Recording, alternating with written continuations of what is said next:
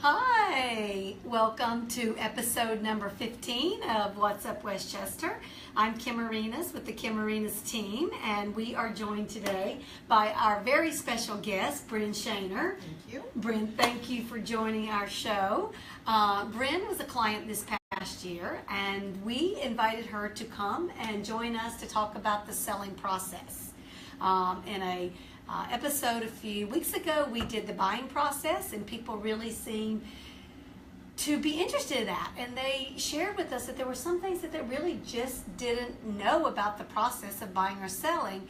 And those are things that we sometimes take for granted. Like when we first sat down for your listing presentation, you know, we talked about things that are going to happen throughout the process. But one thing that we're trying to do with our team is to streamline the process to make it as easy as possible and as stress-free as possible.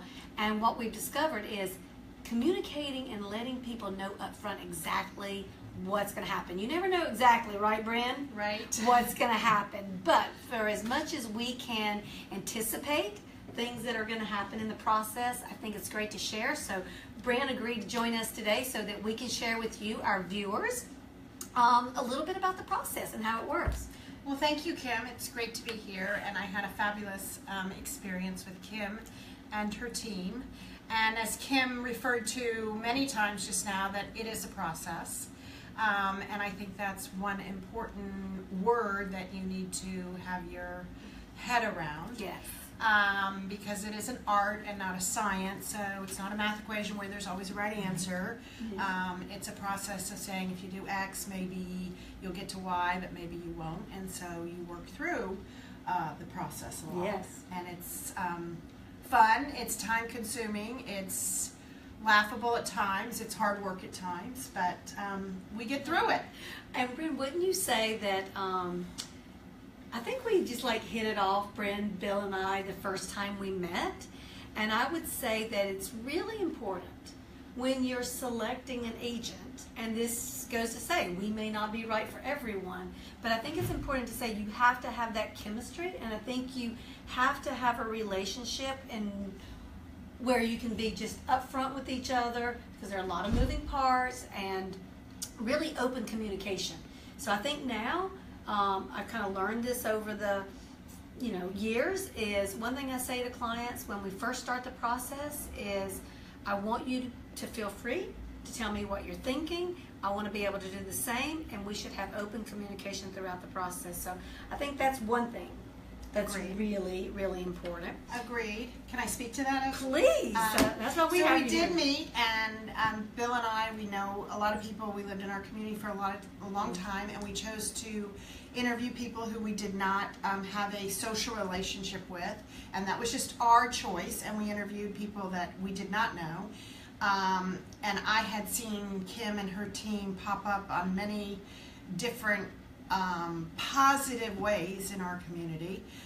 So it intrigued me, and as she said, when we met, our chemistry was there, but most importantly, that first meeting, Kim immediately understood our house and the marketing it would take to sell our house. So every house has its own special story, and Kim got it, and that's really important, that your house is marketed how your house should be marketed.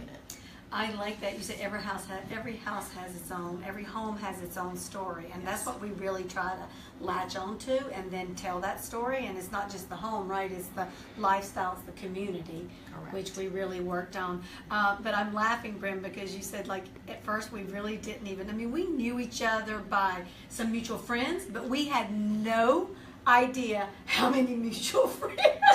True. I went home and I did the Facebook thing. Yes, and you it was did. like mutual friend. Yeah. So a big shout out to our Drew Chapman. Yes. Drew is Brynne's sorority sister, and I think that was maybe the first person that mentioned us to you, right? And then the follow through from you, that you wrote me a letter and said, yes, I know you were through, and if you ever get to selling your home. So, yes. But chemistry's great, and your team was fabulous. Yes. Well, we do have a lot of mutual friends. We have a lot of mutual friends, so that made it fun.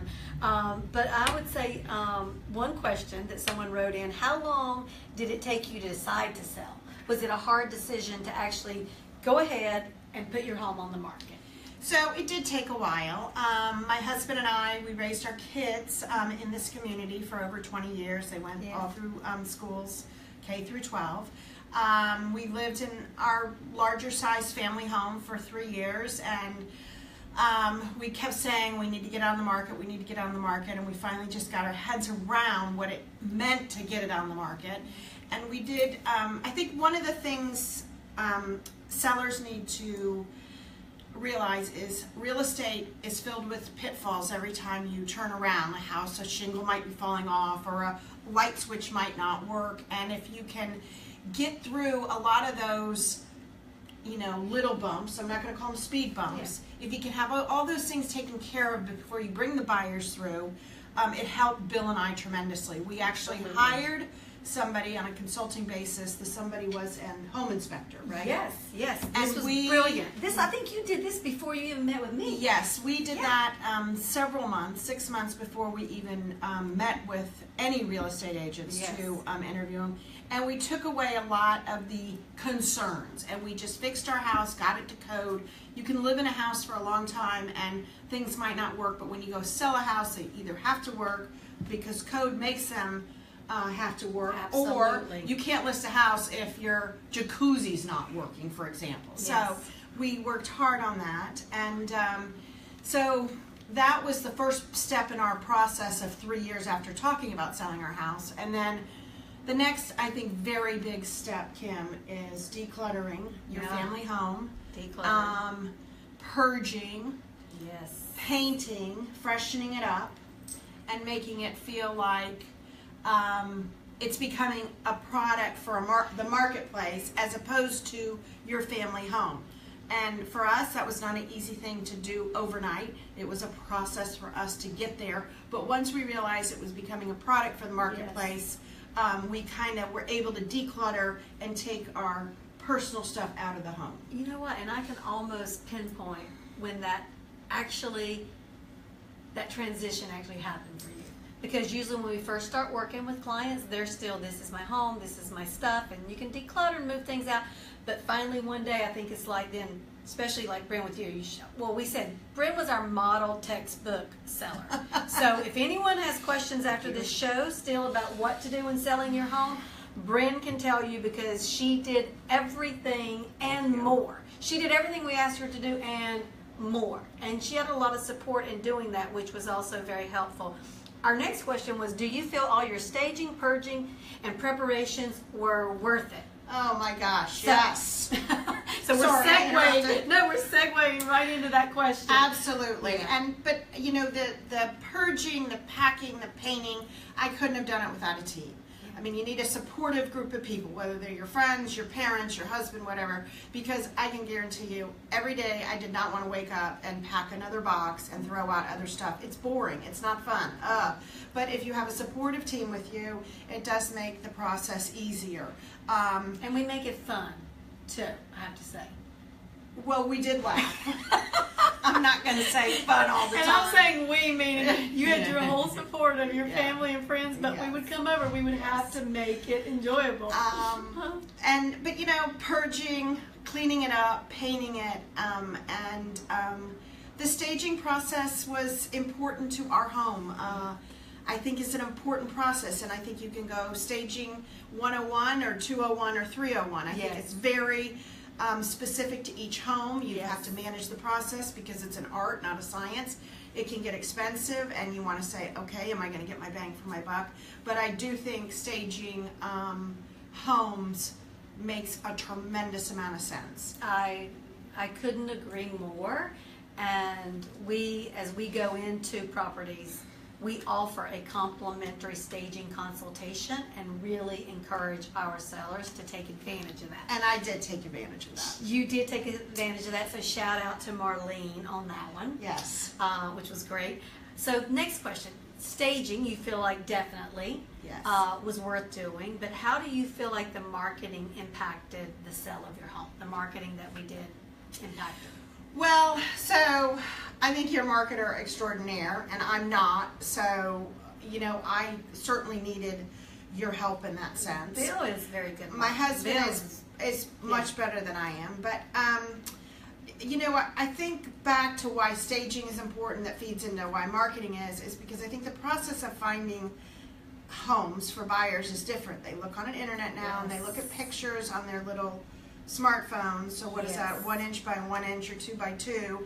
And things have got to look clean, and they've got to look bright and fresh, and to say, wow, I really like that. Then also because you can add so many filters. I'm looking for a 3,000 square foot home with 4 bedrooms, 3 baths. There's so much functionality out there for people browsing the internet and these home sites that you got to make sure your home is going to come up enough.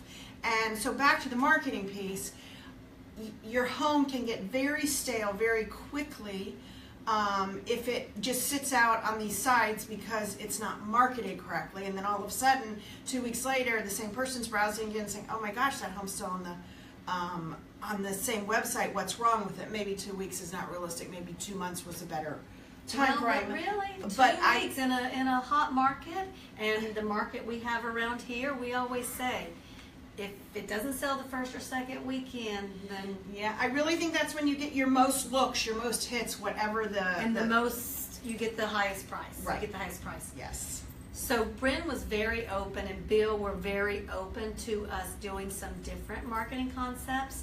So we knew that we had to sell more than their home. We had to sell the community. Yes. So Brynne and Bill were so kind to host like a little reception after the public open house for potential buyers that came through that were really interested in the house. So Brynne and Bill were down at Shore Acres at the clubhouse, and we served Prosecco, I think it was, and champagne, chocolate-covered strawberries. Bubbly and, fun food. Fun food. But it was really a way, and it was so great that you guys were open to this. You were open to the open house, open to having people come in, and then also open to the second part. It is such a special place to live, and that clubhouse with the pool and where it sits and the view of the water. I'm gonna cry. I know. It's amazing. But we knew, and Brynne knew, we had to show that off. Yes. So the video, I think, helped do that because we shot video footage. But that was all Kim's idea. Now many people are copying that, and I don't know what that adage is or that saying is, but whatever, it'll come to me. But Kim came up with that, and it was a fabulous idea. And Kim understood the marketing of our home had to include the marketing of Shore Acres community, and so that was easy for Bill and I to do. Well, we because just you didn't live have the it. idea. Also, let me just say, Brynne and Bill, they're like the mayors of, they are. Well, let me just say that. So we did a book for Brynne and Bill after they sold the house to give to them the photos of their house and photos of their family, and we got some quotes from neighbors to add to the book. And I will tell you, someone said, Brynne and Bill are Shore Acres. So I think that too. I think you got your neighborhood excited too, and they were behind you and supportive of you, and they told all their friends how amazing your neighborhood is. So Elizabeth's cueing us that we have to answer more questions, which we definitely can't wait to get to, and I think some questions are coming in. So if you're just joining us, let me just add, this is What's Up Westchester, episode 15. We're here with Brynne Shaner, one of our clients. She sold her house this past year, so we are talking about the selling process. And we have a question from Peter, and he says, what was the hardest part of the selling process? If you would have done anything differently, what would you have done differently? Well, I think we talked a little bit about it, and what I was trying to say before, is the best form of flattery.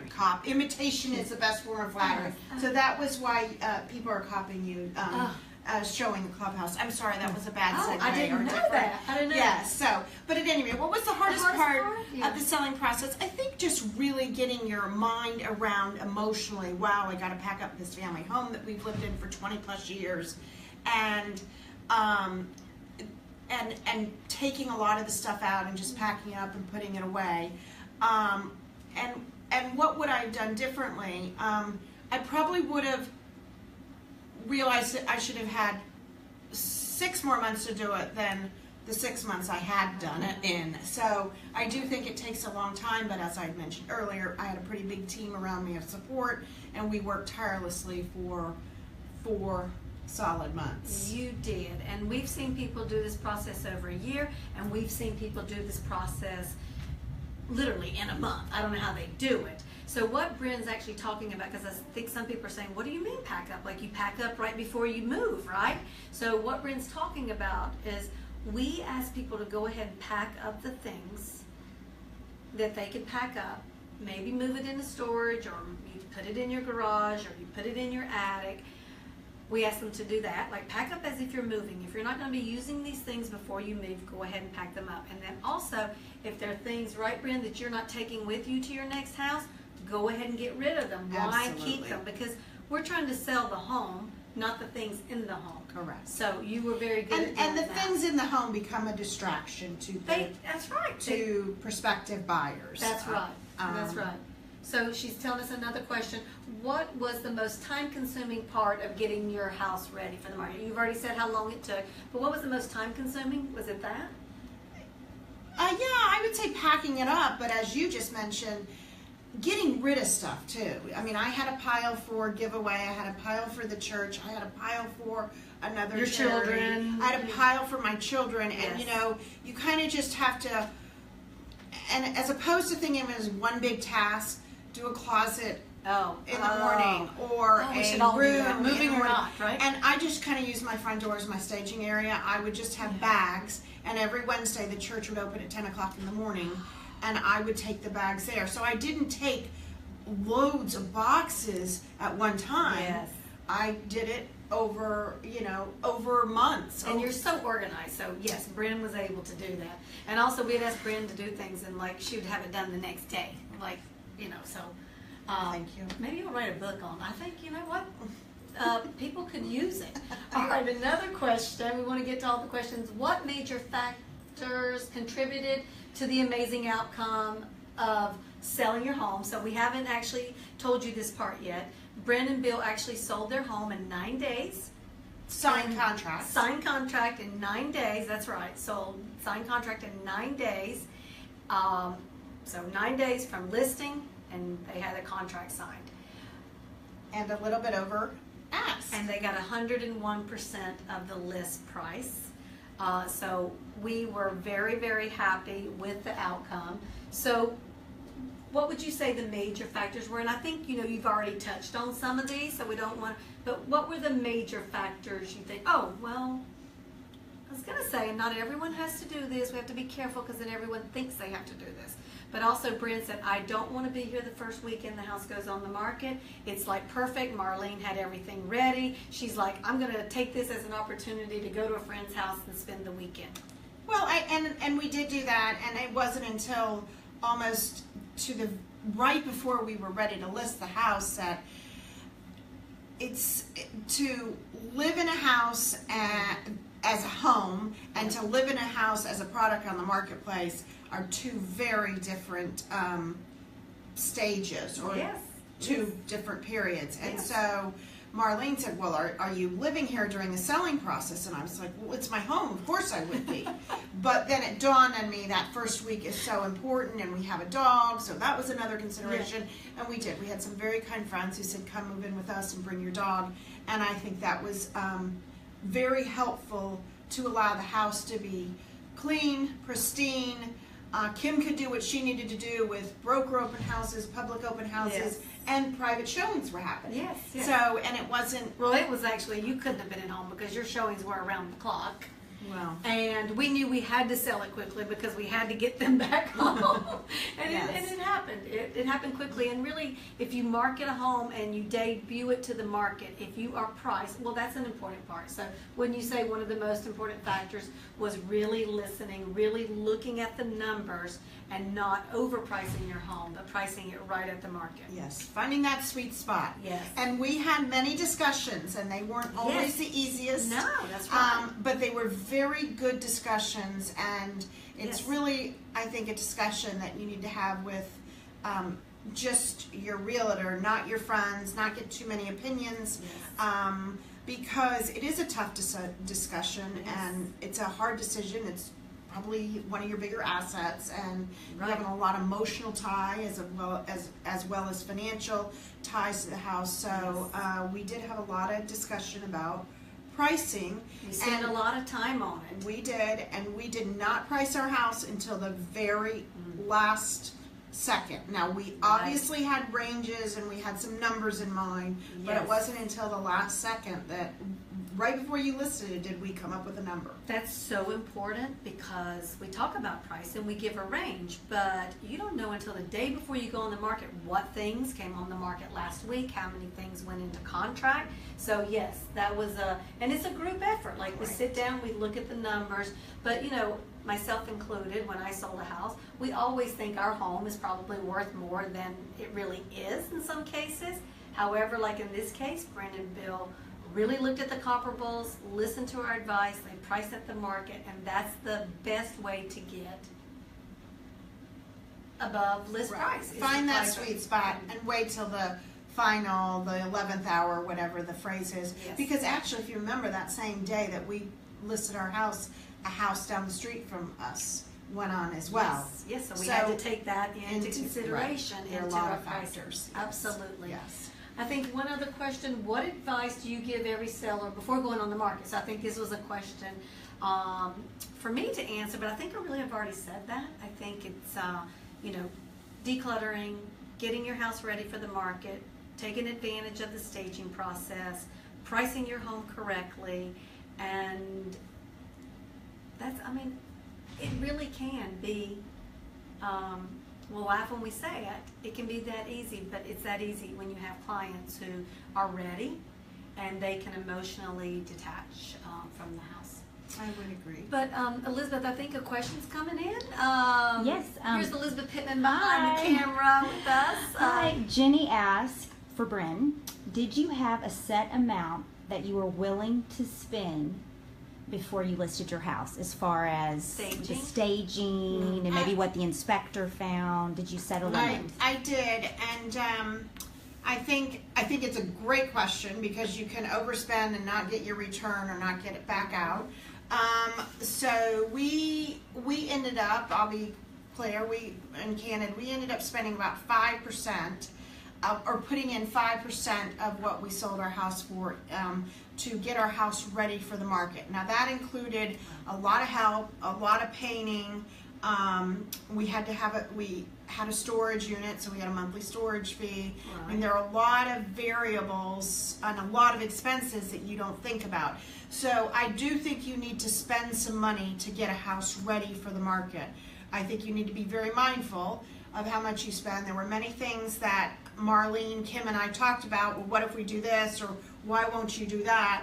Well, you could spend a lot of money staging and doing a lot of fixes, but at a certain point you have to say, no, I'm done, or why don't we paint this room before we change the countertop in this room? It's a process, right? I loved it when Marlene said one day, it's like getting a haircut. Like, you don't just cut all your hair off at once.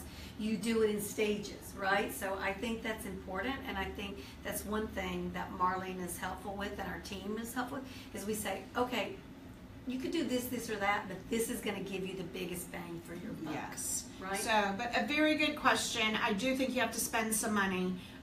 But as Kim has said, my husband and I, we work tirelessly, and we're handy people, right? You're handy. We could paint, we did electricity, we did plumbing. Now, I didn't do drywall. No, we did some we're not construction. going to ever have any sellers again if they think they have to be a plumber and electrician.